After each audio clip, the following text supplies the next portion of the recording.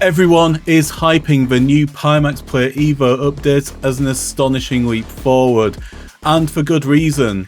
Pimax have literally knocked it out of the park with this one. But most of those early impressions only scratch the surface, and I've spent time putting this new update through its absolute paces, and this time in Assetto Corsa Evo.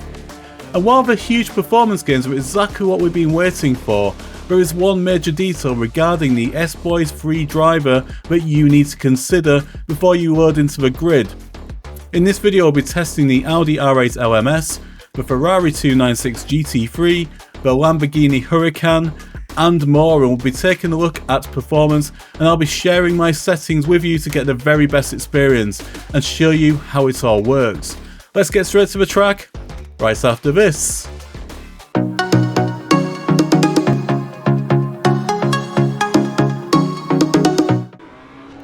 We are dropping straight into the Austrian hills today, strapping into the Audi R8 LMS at the Red Bull Ring. Assetto Corsa Evo has shown a massive amount of promise, but let's be brutally honest, getting it to run well in virtual reality has been a serious uphill battle, with some users even reporting low frame rates of around 45 FPS. Right now, for this baseline test, I'm running the standard Pimax Play version 1.44.2, and just like many of you have been reporting into the Next Level Sim Gaming Discord, the performance across various Pimax headsets has been punishing, with frame rates aggressively tanking down to the low 40s when you are pushing the limits on a high-speed circuit, and dealing with that stutter, it completely shatters the illusion.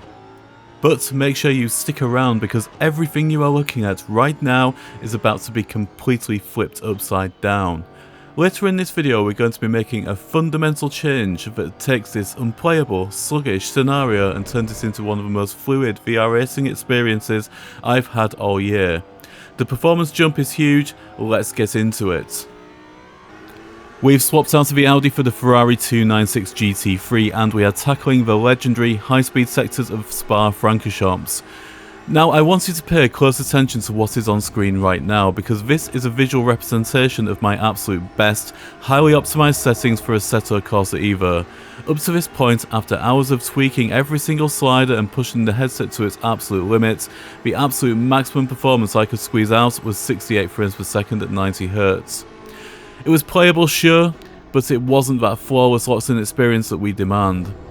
Honestly, I thought this was it. I genuinely believed that 68 FPS was the end goal for AC Evo in VR, and we just had to accept it.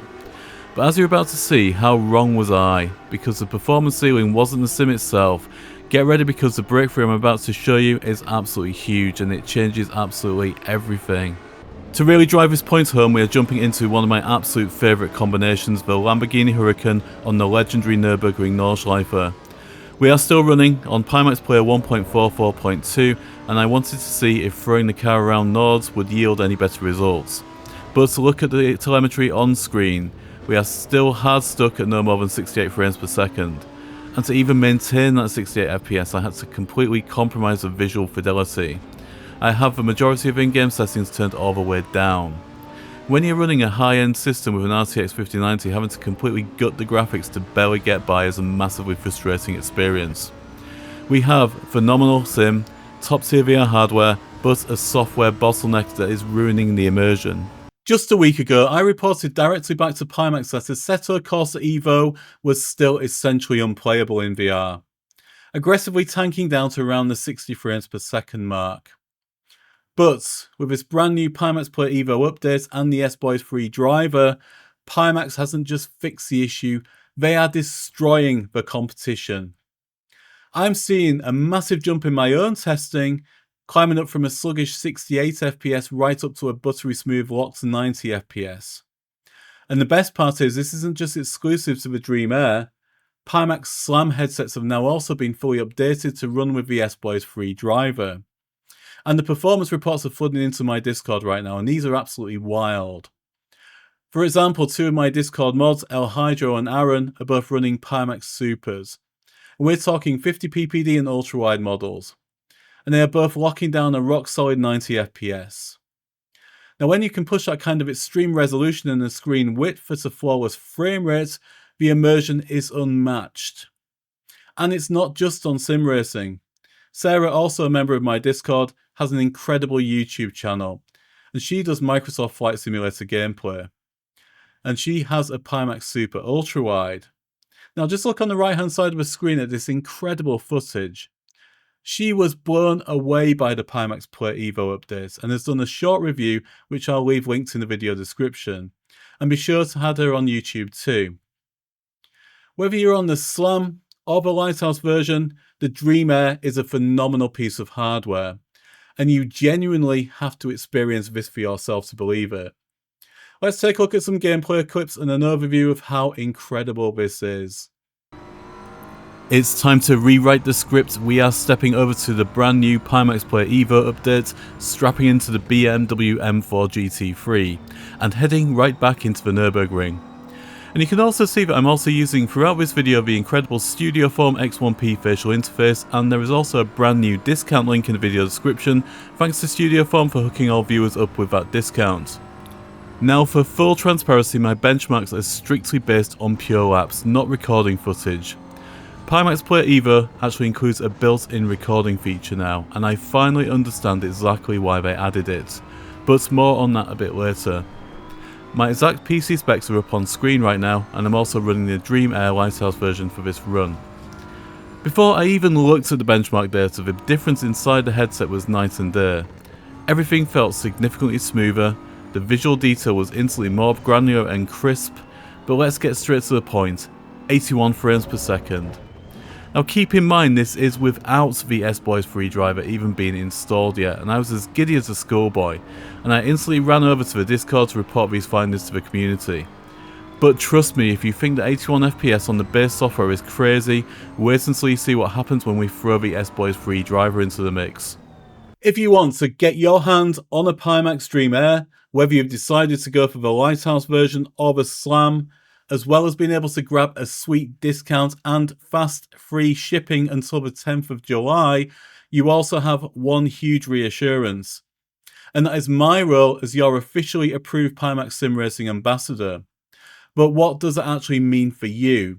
It means no more use my code and ghost you after hardware reviews. It means that you are never left in the dark.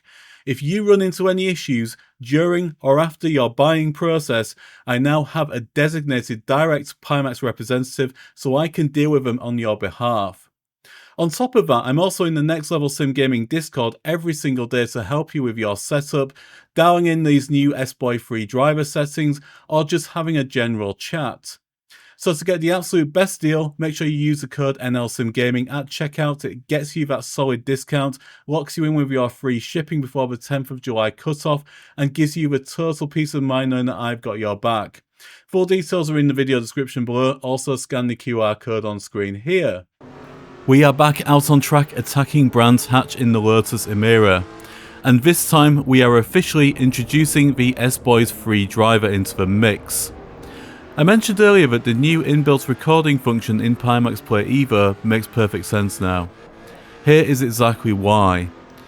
If you try using the SBoys3 driver alongside OBS or Streamlabs Ultra, the two recording applications I normally use, the performance completely drops through the floor. But just as Pimax stated in their presentation, recording directly through Pimax Play Evo barely impacts your performance at all. So let's get straight to the point. What you are seeing here is the standard out-of-the-box Dream Air profile. No cropping, no complex adjustments, just a few clicks and we are away. And look at that telemetry. I'm getting a staggering 90 FPS at 90 Hz. And I literally had to test and retest this to be sure the numbers were right. Having seen this huge leap firsthand, I completely understand why Reddit users are rightfully going postal over this update.